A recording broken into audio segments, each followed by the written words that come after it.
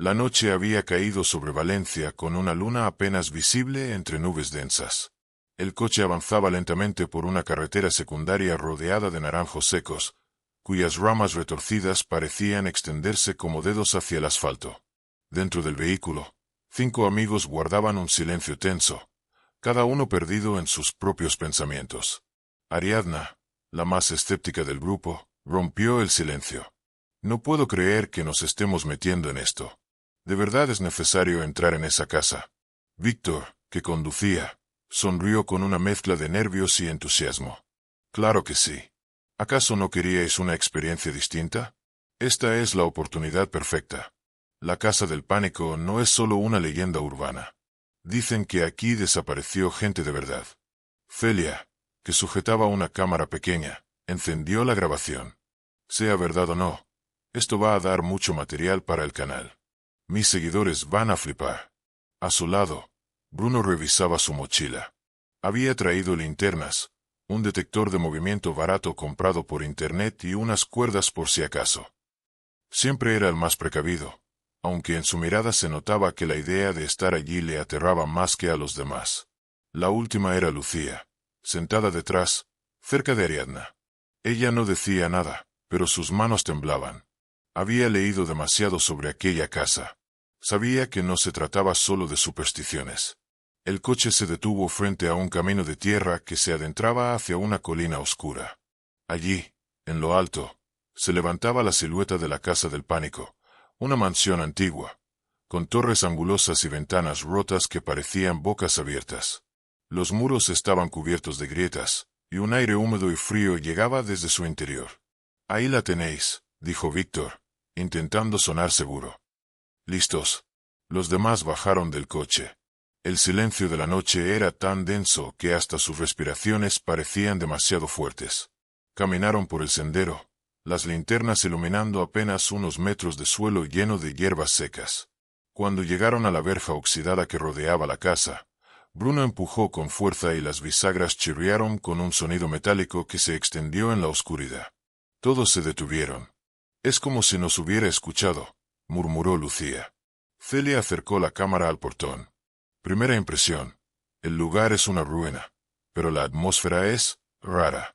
Se siente como si alguien nos estuviera observando. Avanzaron por el jardín descuidado, donde estatuas cubiertas de musgo parecían figuras humanas retorcidas.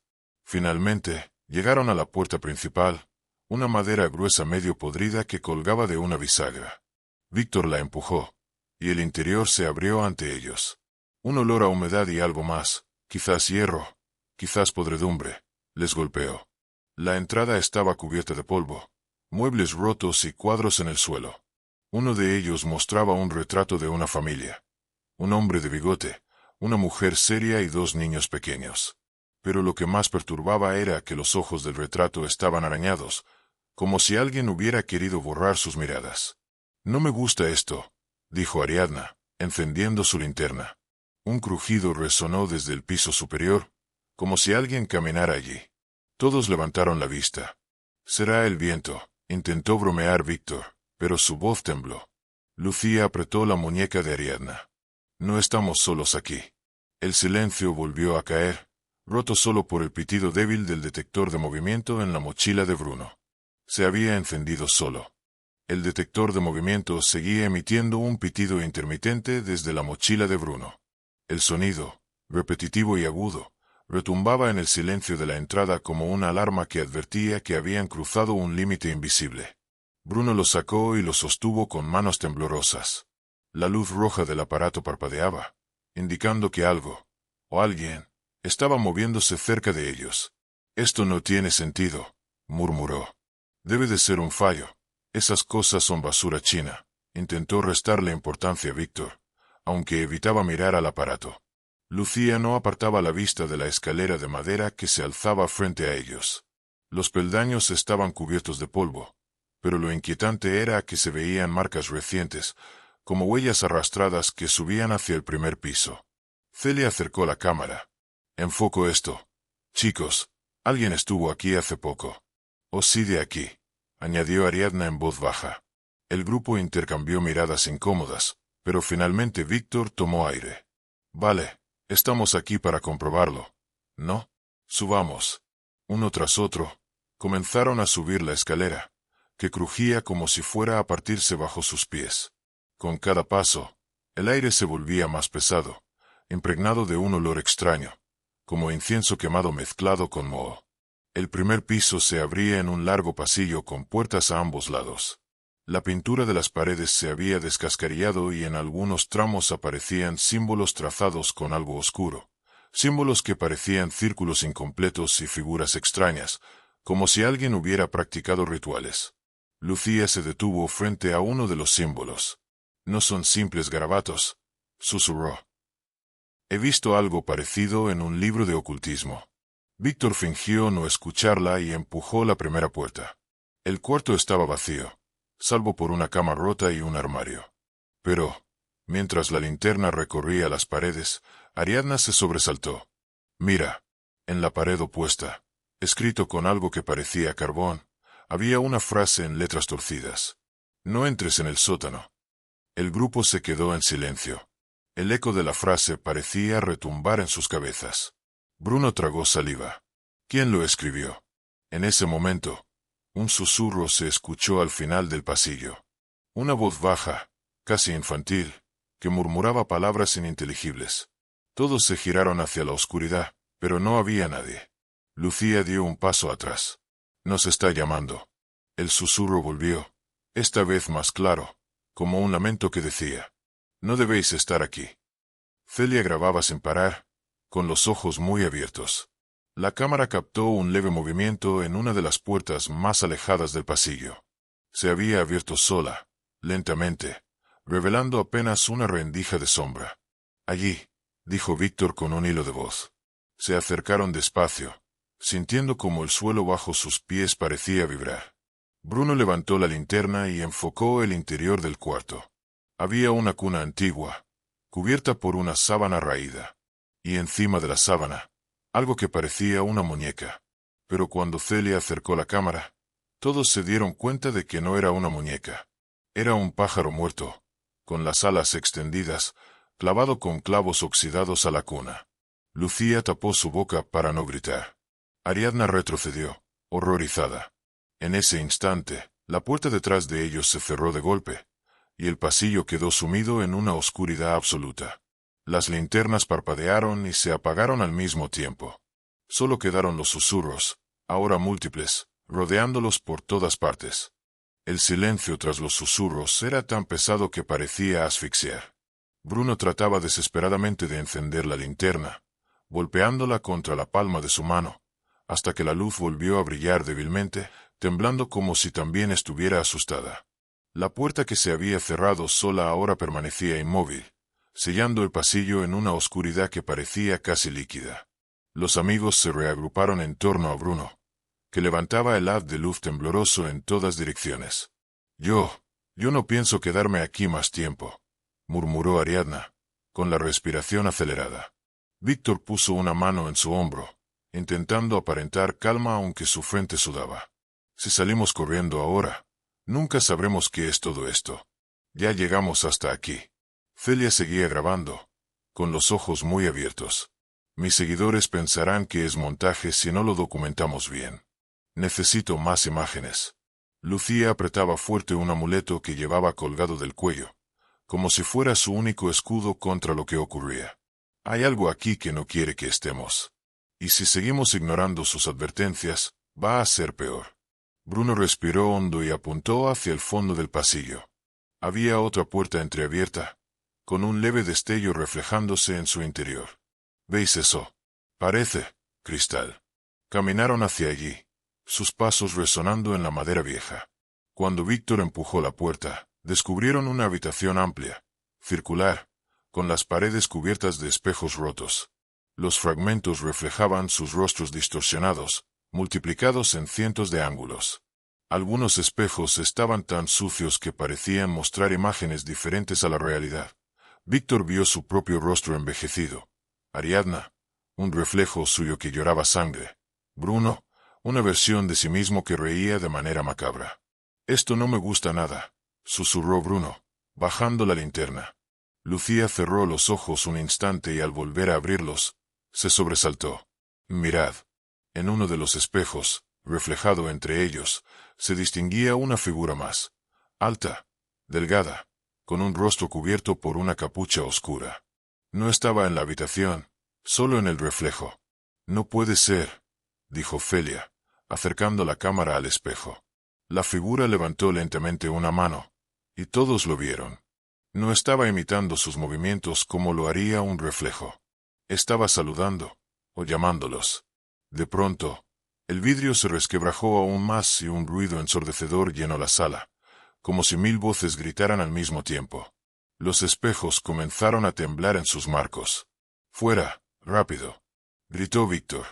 Corrieron hacia la puerta, pero cuando Ariadna intentó salir, algo invisible la empujó hacia atrás, lanzándola contra uno de los espejos que estalló en pedazos. Cayó al suelo, cubierta de cortes superficiales. Bruno y Lucía corrieron a ayudarla, pero en el reflejo de los fragmentos rotos seguían viéndose las figuras encapuchadas, cada vez más cerca, como si quisieran atravesar el vidrio. Finalmente, lograron arrastrarla fuera de la sala. La puerta se cerró de golpe tras ellos y el pasillo volvió a quedar en silencio, solo con el eco de sus respiraciones agitadas. Ariadna, con lágrimas en los ojos, murmuró: «Nos quiere aquí dentro. Está jugando con nosotros». Y en ese instante, el detector de movimiento volvió a sonar, pero esta vez no parpadeaba de forma intermitente. Estaba encendido de manera fija, como si algo estuviera justo frente a ellos, respirando en la oscuridad. El detector de movimiento seguía pitando sin descanso. La luz roja se mantenía fija, como un ojo brillante que los vigilaba. Bruno lo apretaba contra su pecho, con los dedos blancos por la fuerza. «Sea lo que sea, está justo delante de nosotros», susurró, sin atreverse a levantar la vista. Todos contuvieron la respiración. La linterna de Víctor iluminaba un pasillo vacío, pero el aire vibraba como si alguien invisible estuviera allí. Una corriente helada recorrió sus cuerpos, y el pitido se apagó de repente, dejando un silencio sepulcral. Lucía rompió el mutismo, con voz temblorosa. «¿Os acordáis de la advertencia en la pared? No entréis en el sótano». Ariadna, aún con los brazos arañados por los vidrios, se abrazaba a sí misma. «No hacía falta que lo repitieras. Yo no pienso bajar ahí». Felia, en cambio, tenía la cámara fija en el suelo. Había notado algo, marcas de arrastre, como si alguien hubiera sido llevado a la fuerza hacia una trampilla al final del pasillo. «Chicos, mirad eso». Se acercaron. Entre la madera podrida del suelo había una compuerta con un candado oxidado. El metal parecía frágil, corroído por los años. Víctor levantó una vieja barra de hierro que encontró apoyada contra la pared y con un golpe seco reventó el candado. El sonido metálico resonó por toda la casa como un trueno. Y entonces, desde el interior del sótano se escuchó un suspiro largo, como si algo hubiera despertado. «No lo abras», gritó Lucía, retrocediendo. Pero Víctor, obstinado, levantó la trampilla. Un olor nauseabundo, mezcla de humedad, tierra y sangre rancia, escapó de las profundidades. La linterna iluminó una escalera de piedra que descendía en espiral hacia la oscuridad absoluta. «¿Lo veis?», dijo Víctor, tratando de sonar valiente. «Aquí es donde está el verdadero misterio». Bruno tragó saliva. «Esto es una locura». Ariadna negó con la cabeza. «Yo no bajo». Felia grababa sin apartar la cámara del hueco. Su voz temblaba, pero la ambición podía más. «Si hay pruebas de rituales, deben estar abajo». Lucía se adelantó, con lágrimas en los ojos. «No lo entendéis. Esta casa no está vacía. Es una trampa. El sótano es su corazón». Víctor ignoró sus súplicas y comenzó a bajar los primeros escalones. Cada paso retumbaba como si alguien invisible lo acompañara. Finalmente, Bruno suspiró y lo siguió, iluminando con su linterna. Felia fue detrás, sin dejar de grabar.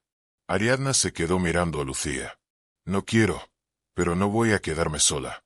Las dos bajaron juntas, cerrando la marcha.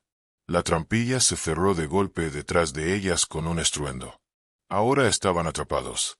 La escalera descendía durante lo que pareció una eternidad, hasta que llegaron a una bóveda subterránea. El techo estaba cubierto de raíces, y las paredes, de símbolos tallados en piedra, los mismos que habían visto arriba, pero más elaborados, más oscuros. En el centro de la sala había un círculo dibujado con ceniza y huesos pequeños. Velas apagadas, aún chorreando cera, rodeaban la figura. Sobre el círculo, una silla de hierro oxidado con correas de cuero rotas. Bruno retrocedió, horrorizado.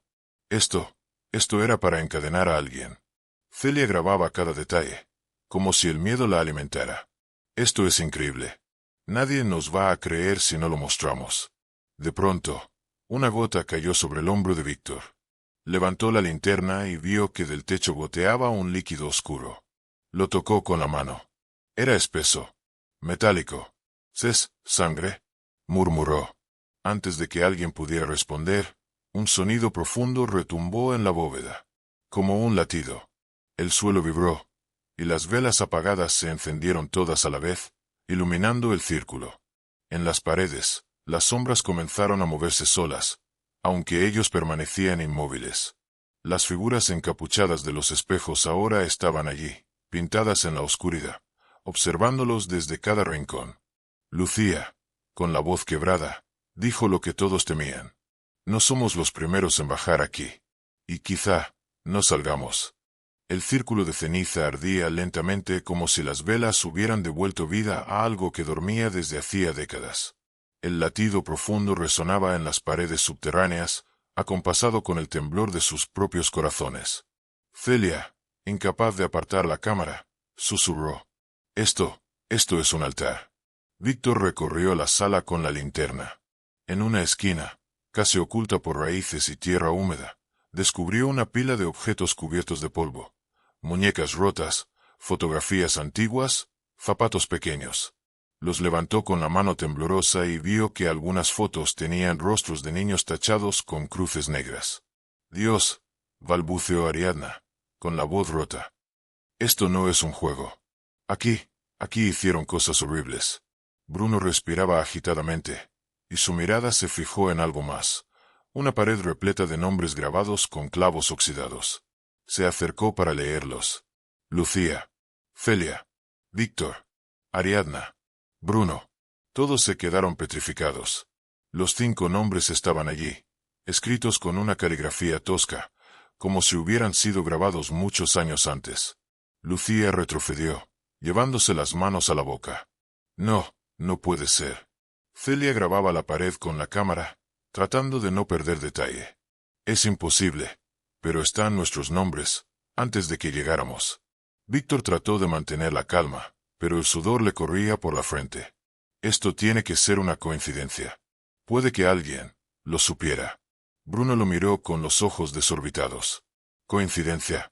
Nuestros nombres exactos. De pronto, un murmullo empezó a llenar la sala. Voces, muchas voces, que parecían surgir de las paredes mismas. Algunas reían, otras lloraban, otras repetían sus nombres una y otra vez como un cántico. Lucía, Bruno, Ariadna, Celia, Víctor. Las velas parpadearon y el aire se volvió irrespirable. La linterna de Bruno iluminó un rincón oscuro y entonces lo vieron. Un grupo de figuras humanas, inmóviles, de pie contra la pared. Eran cuerpos secos, esqueletos vestidos con ropas antiguas, sus cabezas cubiertas por sacos de tela. Algunos aún tenían correas en los brazos y tobillos, como si hubieran sido encadenados allí. Ariadna gritó y se tapó los ojos. Nosotros vamos a terminar igual. Víctor corrió hacia la trampilla por la que habían bajado, pero la encontró cerrada desde arriba. Empujó con todas sus fuerzas, golpeó con la barra de hierro, pero no se movía. Era como si nunca hubiera existido salida. El murmullo se transformó en carcajadas. Celia grababa sin parar, como si estuviera hipnotizada. Ellos nunca salieron, y nosotros tampoco. Lucía la sacudió, desesperada. Apaga esa cámara. Nos está atrapando. Pero Celia parecía ausente, con los ojos vidriosos, sonriendo levemente. La pantalla de la cámara mostraba algo imposible. En el visor, además de ellos, aparecían decenas de figuras encapuchadas rodeándolos, aunque al mirar a su alrededor no había nadie. Bruno lanzó la linterna al suelo, rompiendo el haz de luz. La bóveda quedó iluminada solo por las velas, que parecían arder cada vez más fuerte, consumiendo el aire. Y entonces, una de las figuras encapuchadas en el muro dio un paso adelante, desprendiéndose de la sombra. No era un esqueleto. No era un reflejo. Estaba allí, con ellos. El silencio tras aquel paso fue insoportable. La figura encapuchada emergió lentamente de la pared como si hubiese estado fundida en piedra y ahora cobrara vida. La capucha ocultaba su rostro, pero de debajo colgaban mechones de cabello largo y gris, húmedos, como si acabara de salir de un pozo. Lucía retrocedió hasta chocar con la silla de hierro del centro del círculo. ¿Qué quiere? El ser no hablaba. Solo levantó una mano huesuda y señaló directamente hacia la pared donde estaban grabados sus nombres. Uno a uno, los nombres comenzaron a sangrar, como si la piedra llorara. Bruno, paralizado, apenas podía respirar. Somos los siguientes. De pronto, todas las velas se apagaron al mismo tiempo. La oscuridad los engulló, y el murmullo de voces regresó con más fuerza, susurrando palabras en latín mezcladas con risas infantiles. La linterna de Víctor parpadeó y volvió a encenderse, revelando algo aún más aterrador. Ahora no había una sola figura, sino docenas. Encapuchados, inmóviles, rodeándolos en círculo. Celia, todavía con la cámara en mano, captaba cada detalle. Su voz era apenas un hilo. Es un pacto. Una ofrenda, cada cierto tiempo. Víctor gritó, rompiendo el silencio. No somos parte de vuestro maldito ritual. Pero al instante, la trampilla sobre ellos crujió. Se abrió ligeramente y por un segundo todos vieron el resplandor de la luna. Pero antes de que pudieran correr, la trampilla volvió a cerrarse sola, sellándolos en la bóveda. Ariadna se aferró al brazo de Lucía. Nos están decidiendo, como quien elige. Una de las figuras encapuchadas avanzó hasta la silla de hierro y golpeó con fuerza sus correas oxidadas, como invitando a alguien a sentarse. El metal resonó en la bóveda como un campanazo fúnebre. Bruno negó con la cabeza, desesperado. No vamos a jugar a esto. Pero entonces, en el suelo, comenzaron a aparecer nuevas letras, grabadas como por una mano invisible. Uno debe quedarse, para que los demás vivan. El aire se volvió helado. La linterna de Víctor iluminó los rostros de sus amigos. Sudor, lágrimas, desesperación. La casa estaba exigiendo un precio. Lucía gritó entre sollozos. Eso es lo que ocurrió con ellos. Señaló los esqueletos de las paredes. Uno se ofreció, y los demás pudieron huir. Celia bajó lentamente la cámara, por primera vez en silencio. Un sacrificio, o todos morimos aquí. Las figuras encapuchadas comenzaron a golpear el suelo con sus manos al unísono, como un tambor macabro. El círculo de ceniza volvió a arder, y el humo llenó la sala con un olor insoportable a carne quemada. Víctor levantó la barra de hierro, dispuesto a luchar, pero Bruno lo sujetó. No se les puede vencer. Esto ya pasó antes. Y ahora nos toca a nosotros. El tambor de sombras se hizo más fuerte, hasta que una de las figuras, más alta que las demás, se quitó la capucha. Su rostro no era humano, era una calavera ennegrecida con ojos brillando en rojo. Con voz grave y gutural, dijo: el pacto debe cumplirse. Uno por todos. El eco de aquella voz retumbó en cada rincón de la bóveda. Uno por todos. Las figuras encapuchadas aguardaban en círculo, inmóviles, como jueces en un tribunal ancestral.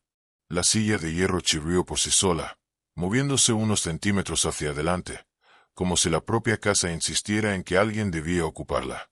Lucía, con lágrimas desbordando, apretó la mano de Ariadna. No puede ser verdad. No podemos elegir.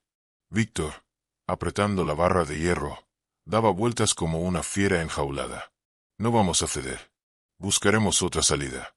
Pero Celia, con la cámara en el regazo, habló en un susurro helado. Ya no hay salida. Nunca la hubo. Solo el sacrificio abre las puertas.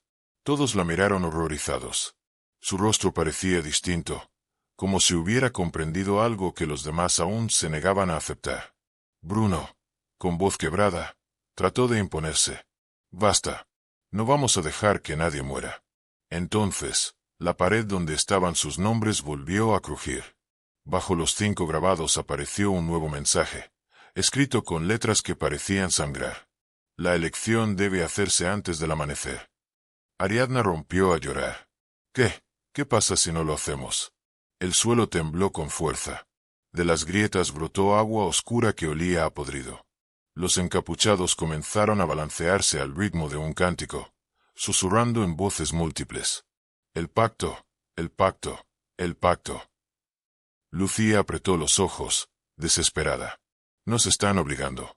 De pronto, una de las figuras se inclinó hacia Celia, y aunque nadie más lo oyó, ella escuchó un susurro directamente en su oído. Tú siempre lo supiste. Fuiste elegida mucho antes de entrar aquí. Celia se estremeció. De pronto, todo encajaba en su mente. La cámara, la obsesión por grabar, la atracción inexplicable hacia la casa. Se levantó lentamente, como en trance, y caminó hacia la silla de hierro. Quizá esta siempre fue mi parte. Lucía corrió hacia ella y la sujetó de los hombros. No digas eso. No puedes hacerlo. Pero Celia la apartó con suavidad, mirándola con ternura. Si no lo hago, todos moriremos aquí. No es justo. Pero alguien debe romper el ciclo. Víctor gritó y trató de detenerla, pero la fuerza invisible de las figuras encapuchadas lo arrojó contra la pared. Bruno intentó acercarse, pero cadenas oxidadas surgieron del suelo y lo amarraron de pies y manos. Celia se sentó en la silla. Las correas se cerraron solas alrededor de sus muñecas y tobillos, atrapándola. El metal chirrió con un eco fúnebre. El suelo dejó de temblar. Las voces se silenciaron. Todo quedó en calma absoluta. El líder de los encapuchados levantó su calavera y pronunció: El pacto está sellado. La puerta se abrirá. De repente, la trampilla en el techo se abrió de par en par, dejando entrar la luz de la luna. Lucía, Bruno, Ariadna y Víctor miraron hacia arriba, comprendiendo que podían escapar. Pero ninguno dio un paso. Todos tenían los ojos fijos en Celia, que permanecía inmóvil, sonriendo débilmente, mientras las sombras se cerraban a su alrededor. El silencio tras la decisión de Celia fue más pesado que cualquier grito. Sus amigos miraban cómo las sombras la envolvían, sujetándola a la silla como raíces oscuras que crecían desde el suelo. La cámara, aún encendida en sus manos, registraba cada segundo. Lucía cayó de rodillas. No la dejaremos aquí. Víctor trató de liberarse de las cadenas invisibles que lo habían retenido antes, pero apenas podía moverse. Bruno miraba hacia la trampilla abierta, la salida, con los ojos llenos de culpa. Ariadna lloraba en silencio, abrazando su propio cuerpo, como si no pudiera soportar la visión. Celia levantó la cabeza, con una calma imposible. Tienen que irse. Es la única forma. Las figuras encapuchadas comenzaron a retirarse, una a una, desvaneciéndose en las paredes como humo. El líder, la calavera con ojos rojos, se inclinó hacia Celia y susurró con voz cavernosa: Serás la guardiana. La sala entera vibró, y entonces, los grilletes de los demás se soltaron al mismo tiempo. El camino hacia la trampilla estaba libre. Celia, ven con nosotros, gritó Lucía, extendiendo la mano. Pero Celia ya no podía moverse. Sus ojos brillaban con un resplandor extraño, como si algo en su interior hubiera cambiado. La cámara en su regazo enfocaba directamente hacia sus amigos. En la pantalla aparecieron 4 figuras: Lucía, Víctor, Bruno y Ariadna, caminando hacia la trampilla, escapando. Pero en la esquina de la imagen, una nueva línea de texto rojo apareció: Volverán. El corazón de Lucía se encogió al verlo, pero Víctor la empujó hacia arriba. No mires atrás. Subieron uno por uno, arrastrándose hacia la luz de la luna. El aire fresco de la noche golpeó sus rostros cuando finalmente salieron de la casa del pánico. Pero no hubo alivio. El lugar, iluminado por la luna, parecía más vivo que nunca. Sus muros vibraban como un corazón que late. Dentro, Celia ya no gritaba ni lloraba. Simplemente miraba la cámara, sus labios susurrando en voz baja: Yo me quedo. La grabación se detuvo en un instante, congelando su rostro. Afuera, Los cuatro corrieron hasta el coche sin hablar, con la certeza de que habían dejado atrás algo que jamás podrían olvidar. Cuando arrancaron, Bruno miró hacia el espejo retrovisor. En la ventana más alta de la casa, bajo la luna, vio la silueta de Celia, con la cámara en mano, apuntando hacia ellos. Al día siguiente, cuando la policía acudió al lugar tras la denuncia de los jóvenes, encontraron la casa vacía. Ninguna trampilla, ninguna sala subterránea, ni rastro de Celia.